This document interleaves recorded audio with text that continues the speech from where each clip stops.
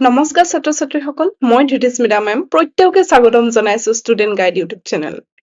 আজি আমি আলোচনা কৰিম তোমালোকৰ ক্লাছ 10ৰ সায়েন্সৰ সিলেবাসখন একদম A to Z গোটেই ডিটেইলছ আলোচনা কৰিম তো তোমালোকে আৰম্ভণিৰ পৰা শেষলৈকে ভিডিওটো ভালদৰে চাবা তো প্ৰথমতে চোৱা আমাৰ যিখন সায়েন্সৰ সিলেবাস আছে তাত বহুতো সেকশন পাবা টোটাল 4টা সেকশন পাবা 4টা সেকশনত সায়েন্সখন আমাৰ ডিভাইড কৰিছে প্ৰথম সেকশনটো চোৱা এইটো হৈছে ৰাসায়ন বিজ্ঞান এই সেকশনটো হালধীয়া কালাৰত থকা সেকশনটো কয় ৰাসায়ন বিজ্ঞান বা ইংলিছত কেমিষ্ট্ৰি বুলি কয় তো ইয়াতে চোৱা ইয়াতে টোটাল কেমিষ্ট্ৰিত তোমালোকে 5টা চেপ্টাৰ দেখা পাবা ৰাসায়নিক বিক্ৰিয়া আৰু সমীকৰণ এচিড ক্ষাৰক লৱণ আৰু ধাতু আৰু অধাতু কাৰ্বন আৰু তাৰ যৌগসমূহ মৌলৰ পৰ্যবৃত্ত শ্ৰেণী বিভাজন তো এইখিনি আছে কেমিষ্ট্ৰিৰ সিলেবাস এতিয়া চোৱা কেমিষ্ট্ৰিৰ সাধাৰণতে এই যি দুটা চেপ্টাৰ আছে ৰাসায়নিক বিক্ৰিয়া আৰু এচিড ক্ষাৰক আৰু লৱণ ইয়াতে তোমালোকে যিমানখিনি বিক্ৰিয়া পাবা সেই বিক্ৰিয়াখিনি বহুত ভালদৰে চাব লাগিব কাৰণ পৰীক্ষাত বিক্ৰিয়াৰ পৰাই কোৱেশ্চন যথেষ্ট থাকে ইয়াৰ পৰা তাৰ পাছত তোমালোকৰ ধাতু আৰু অধাতু কাৰ্বন আৰু তাৰ যৌগসমূহ এইকেইটা থাকিলে ধাতু আৰু অধাতুত তোমালোকে সক্ৰিয়তাৰ যিখন লিষ্ট আছে সেইখন বহুত ইম্পৰ্টেন্ট এতিয়া আৰম্ভণিতে পুৰা ফ্ৰেছ হৈ আছে তোমালোকে সেইখিনি আৰম্ভণিতে ধুনীয়াকে মুখস্থ কৰিবা মনত ৰাখিব লাগিব এইখিনি সোডিয়াম পটাছিয়াম কোনটো ধাতু বেছি সক্ৰিয় কোনটো কম সক্ৰিয় সেইখিনি একদম A to Z মনত থাকিব লাগিব তাৰ পাছত তোমালোকৰ যিখন পৰ্যবৃত্ত তালিকা আছে সেইখন মুখস্থ কৰিব লাগিব এই দুটা বস্তু তোমালোকে এতিয়াৰ পৰা ভালদৰে চাই যাবা যাতে শেষত তোমালোকৰ দিগদাৰি নহয় এইখিনি আছিলে কেমিষ্ট্ৰিৰ সিলেবাস তাৰ পাছত যদি চোৱা ইয়াতে পিংক কালাৰত দিয়া আছে এইখিনি হল বায়োলজি অৰ্থাৎ জীৱ বিজ্ঞানৰ সিলেবাস জীৱ বিজ্ঞানত তোমালোকে দুটা বস্তু পাবা তাত তোমালোকে এনিমেল অৰ্থাৎ প্ৰাণীৰ কথাও পঢ়িব পাবা আৰু উদ্ভিদ অৰ্থাৎ প্লেন্টছৰ কথাও পঢ়িব পাবা তো ইয়াতে জীৱন প্ৰক্ৰিয়া আছে নিয়ন্ত্ৰণ আৰু সমন্বয় আছে তাৰ পাছত তোমালোকৰ ইয়াতে জীৱন প্ৰক্ৰিয়াত মেইনলি তোমালোকৰ হৃদপিণ্ডৰ কথা পাবা তেজ কেনেকে চলাচল হয় আমাৰ শৰীৰত সেইবিলাক বস্তু পাবা কেনেকে আমি উশাহ নিশাহ লওঁ সেইখিনি কথা আছে নিয়ন্ত্ৰণ আৰু সমন্বয়ত আছে আমাৰ ব্ৰেইনটোৱে মগজুটোৱে আমাক কেনেকে নিয়ন্ত্ৰণ কৰি ৰাখে সেইখিনি কথা পাবা জীৱই কেনেকৈ বংশ বিস্তাৰ কৰে এইটো তাত জীৱসমূহে আমি কেনেকে জন্ম পালো এইখিনি কথা পাবা তাৰ পাছত বংশগতি আৰু ক্ৰম বিকাশ কোনো এটা চৰিত্ৰ আমাৰ মা দেউতাৰ পৰা সন্তানলৈ কেনেকে কি হয় ট্ৰান্সফাৰ হয় সেই বস্তুখিনি এই অধ্যায় 9ত পাবা তো এইখিনি তোমালোকৰ আছিলে বায়োলজি সিলেবাস বায়োলজি অৰ্থাৎ জীৱ বিজ্ঞানৰ সিলেবাস তাৰ পাছত তৃতীয়তে যদি আমি চাবলৈ যাওঁ তৃতীয়তে ইয়াতে ব্লু কালাৰত আছে এইখিনি পদাৰ্থ বিজ্ঞান অৰ্থাৎ ফিজিক্স তো ফিজিক্সত তোমালোকে পাবা পোহৰ প্ৰতিফলন আৰু প্ৰতিসৰণ এই চেপ্টাৰটোৰ পৰা যথেষ্ট সংখ্যক মেথছ আহে মেক্সিমাম কুৱেশ্যন ইয়াৰ পৰা মেথছ আৰু ডায়াগ্ৰাম কিছুমান আঁকিবলৈ দিয়ে তো সেইখিনি কুৱেশ্যন থাকে আৰু তোমালোকৰ যদি চোৱা ইয়াতে মানুহৰ চকু আৰু বাৰে বৰণীয়া পৃথিৱী ইয়াৰ পৰাও যথেষ্ট কুৱেশ্যন থাকে ইয়াতে চকুৰ বিকাৰ কেইটা ভালকে চাবা মায়োপিয়া হাইপাৰমেট্ৰপিয়া প্ৰেছবায়োপিয়া এইখিনি বস্তু ভালকে চাব লাগিব তাহাঁতক সেই বিকাৰসমূহ আমি কেনেকে সংশোধন কৰিব পাৰো সেইবিলাক বস্তু তাৰ পাছত আছে বিদ্যুৎ আৰু বিদ্যুৎ প্ৰবাহৰ চুম্বকীয় ক্ৰিয়া তো ইয়াতে বিদ্যুৎটোৰ পৰা অনলি মেথছে অহা দেখিছো আজিলৈকে মেক্সিমাম কুৱেশ্যন মেথছে আহে আৰু বিদ্যুৎ প্ৰবাহৰ চুম্বকীয় ক্ৰিয়া ইয়াতে সাধাৰণতে কিছুমান ছবি আঁকিবলৈ দিয়ে সলিনয়েডৰ ছবি হওক নাইবা জেনেৰেটৰ মটৰ ইহঁতে কেনেকে তাহাঁতৰ কেনেকে কাৰ্য কৰে তো সেইখিনি বস্তু সোধে ভালদৰে চাবা একেবাৰে শেষত এইখিনি এই তিনিটা চেপ্টাৰ মই যদি কওঁ এই তিনিটা চেপ্টাৰ হৈছে সবতছে সহজ চেপ্টাৰ কি আছে শক্তিৰ উৎসসমূহ আমাৰ পৰিৱেশ প্ৰাকৃতিক সম্পদৰ ব্যৱস্থাপনা এইকেইটা হৈছে পৰিৱেশ বিজ্ঞান অৰ্থাৎ এনভাইৰনমেন্টেল সায়েন্সৰ পৰা তো ইয়াতে চোৱা পৰিৱেশ বিজ্ঞানত এই যি তিনিটা চেপ্টাৰ আছে এইকেইটা একেবাৰে বহুত ইজি চেপ্টাৰ এবাৰ তোমালোকে ৰিডিং দিলেই এইকেইটা চেপ্টাৰৰ যিকোনো কুৱেশ্যন আহিলে তোমালোকে পাৰিবা তো গতিকে এইকেইটা চেপ্টাৰত সিমান এটা সময় দিব নালাগে ধুনীয়াকে এবাৰ পঢ়িবা বুজি উঠিবা তাৰ পাছত কেতিয়াও পাহৰি নোযোৱা সেই বস্তুখিনি তো এইকেইটা হৈছে পুৰা মাৰ্কস কম আহে ইয়াৰ পৰা সিমান মাৰ্কস নাহে তো যিকেইটা আহে তোমালোকে যাতে এইকেইটা হাতৰ মুঠিত থাকে এইকেইটাৰ পৰা যাতে মাৰ্কস কাটা নাযায় আৰু বাকি ওপৰত যিকেইটা চেপ্টাৰ ইয়াতে যদি চাও ফিজিক্সৰ পৰা সবতছে ইম্পৰ্টেন্ট চেপ্টাৰ হৈছে অধ্যায় 10 অৰ্থাৎ পোহৰ প্ৰতিফলন প্ৰতিসৰণ তাৰপাছত তোমাৰ আৰু বাকি কেইটাও ইম্পৰ্টেন্ট কিন্তু ইয়াৰ পৰা যথেষ্ট সংখ্যক প্ৰশ্ন আহে আৰু ইয়াতে মেথমেটিকেল কুৱেশ্যন বহুত থাকে তো ছাত্ৰ ছাত্ৰীয়ে এইখিনি বহুত ভুল কৰে য'ত তোমাৰ প্লাস মাইনাস কোনটো ধনাত্মক কোনটো ঋণাত্মক তোমালোকে পঢ়িলে গম পাবা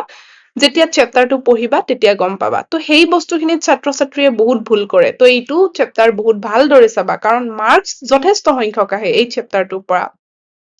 ইয়াৰ পৰা যদি চাও অধ্যায় 6 8 এইকেইটাৰ পৰা যথেষ্ট সংখ্যক কুৱেশ্যন আহে তাৰপাছত ইয়াতো কেমিষ্ট্ৰিৰো একেই এইকেইটা চেপ্টাৰ গোটেইকেইটাই ইম্পৰ্টেন্ট আমি ক'ব নোৱাৰো যে এইটো বহুত ইম্পৰ্টেন্ট এইটো কম ইম্পৰ্টেন্ট কিন্তু তাৰে মাজত যদি চাবলৈ যাওঁ আমি স্পেচিফিক কিছুমান চেপ্টাৰ চাব পাৰো তো তোমালোকক মই আৰু এটা ভিডিঅ' বনাম তাত আমি মাৰ্কছসমূহ আলোচনা কৰিম কোনটো চেপ্টাৰৰ পৰা কিমান মাৰ্কছ আহে তোমালোকে সেই ভিডিঅ'টো চাবা আৰু ইয়াতে যদি চোৱা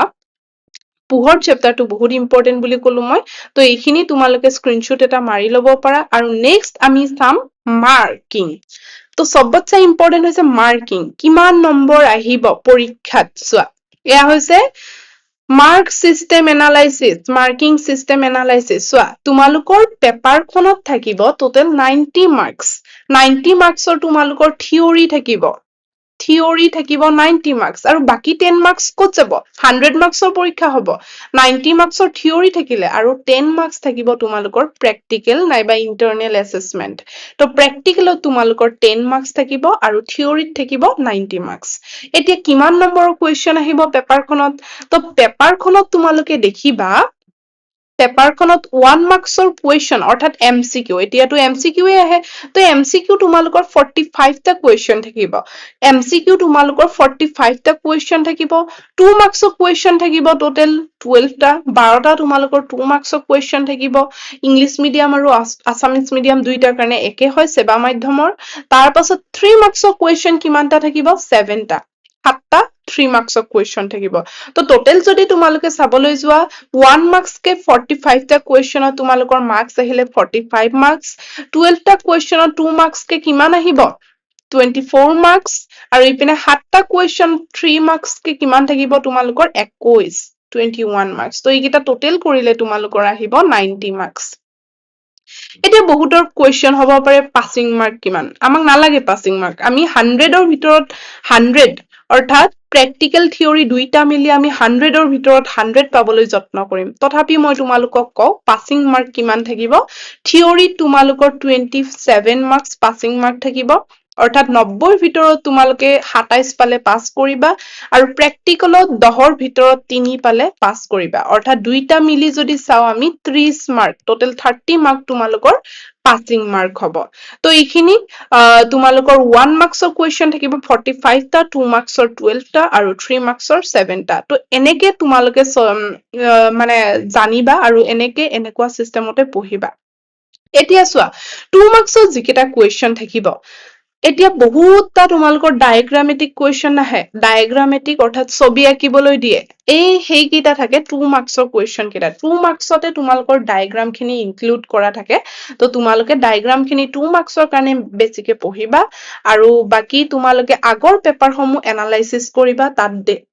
সেইবোৰ চালে তোমালোকে ভালদৰে গম পাবা যে পৰীক্ষাত কেনেকুৱা ধৰণৰ কুৱেশ্যন সোধে তো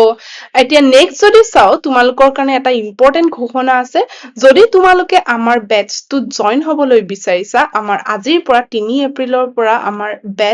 নতুন বেটছ এটা আৰম্ভ হৈছে তো তাত আমাৰ শিকোৱা হ'ব গণিত বিজ্ঞান ইংৰাজী এই তিনিওটা বিষয় শিকোৱা হ'ব টোটেল এমাউন্ট হৈছে 700 টকা মাহেকে তিনিওটা বিষয় মিলি পেলে 700 টকা আৰু এডমিশন ফিস এটা থাকিব এবাৰে দিব লাগিব সেইটো হৈছে 500 টকা তো এতিয়া আমাৰ যদি চাও আমাৰ কি শিকোৱা হ'ব সবতছে ইম্পৰ্টেন্ট আমাৰ ক্লাছসমূহ লাইভ ক্লাছ কৰোৱা হ'ব খুব কম ষ্টুডেন্ট আমি খুব কম ষ্টুডেন্ট লও আৰু সেইকেইটা ষ্টুডেন্টৰ লগত ভালদৰে ইন্টাৰেক্ট কৰি আমি ক্লাছ কৰো তোমালোকে মাইক অন কৰি পেলে ক্লাছত সুধিব পাৰিবা তাৰ পাছত যদি চোৱা প্ৰতিটো ক্লাছৰে ৰেকৰ্ডিং থাকি যাব তাৰ পাছত প্ৰিভিয়াস ইয়াৰ কুৱেশ্যন সমাধান কৰা হ'ব এতিয়া ডাইৰেক্ট আমি প্ৰিভিয়াস ইয়াৰ কুৱেশ্যন খিনি এনে তোমালোকক দি নিদিও আমি প্ৰতিটো চেপ্টাৰৰ পৰা কি আগতে কুৱেশ্যন আহিছে সেইখিনি আমি এনালাইজ কৰিম তো তোমালোকে ক্লাছ নোলোৱা পিছৰ কথা মই সবকে কৈছো যে তোমালোকে কি কৰিবা প্ৰতিটো চেপ্টাৰৰ পৰা কিমানখিনি কুৱেশ্যন আহিছে তেনেকুৱা চিষ্টেমত চাবা। তেনেকে চালে আমাৰ কি হয় সুবিধা হয় আৰু আমি গম পাওঁ যে এই চেপ্টাৰটোৰ পৰা কি কুৱেশ্যন অহা সম্ভাৱনা আছে। তো সেই চিষ্টেমটো লৈ পেলাই তোমালোকে পঢ়িবা। নেক্সট যদি চোৱা প্ৰতিটো চেপ্টাৰৰ আমি MCQ সমাধান কৰিম, কমন কুৱেশ্যন বিলাক আলোচনা কৰিম আৰু মেইনলি কনচেপ্ট তোমালোকৰ গোটেই ক্লিয়াৰ হ'ব। কনচেপ্ট ক্লিয়াৰ কৰি দিয়া হ'ব। 1 by 1 মেন্টৰশ্বিপ পাবা, ডাউট ক্লিয়াৰিং ক্লাছ থাকিব আমাৰ আৰু ফুল মক টেষ্ট। মক টেষ্টটো এটা বহুত ইম্পৰ্টেণ্ট হয়। কিয়? কাৰণ এই মক টেষ্টে তোমালোকৰ যেতিয়া তোমালোকে মক টেষ্ট কৰিবা শেষৰ পিনে এই মক টেষ্টসমূহে এটা ভাল মাৰ্কছ অনাত সুবিধা দিয়ে। তো মক টেষ্ট খুব কৰিবা। মক টেষ্টটো বহুত বেছি ইম্পৰ্টেণ্ট। আৰু তোমালোকৰ এই কোৰ্চটো নৱেম্বৰ মাহত আমাৰ কোৰ্চসমূহ কমপ্লিট কৰা হ'ব। থিয়ৰী খিনি আমাৰ নৱেম্বৰ মান্থত কমপ্লিট হৈ যাব। বাকী ডিচেম্বৰ মান্থত আমি ৰিভিজন কৰিম। গোটেই যিমানখিনি পঢ়িলো আমি আকৌ ৰিভিজন কৰিম। তো ৰিভিজন ক্লাছ কেইটাও বহুত ইম্পৰ্টেণ্ট হয় পৰীক্ষাৰ আগত। এইখিনিয়ে তোমালোকৰ টাইম বহুত বচায় আৰু লগতে মনত থাকি যায় সেই বস্তুখিনি। আৰু একেবাৰে যদি শেষত চোৱা আৰু আমি কি কৰিম মক টেষ্ট, যথেষ্ট সংখ্যক টেষ্ট পাতিম।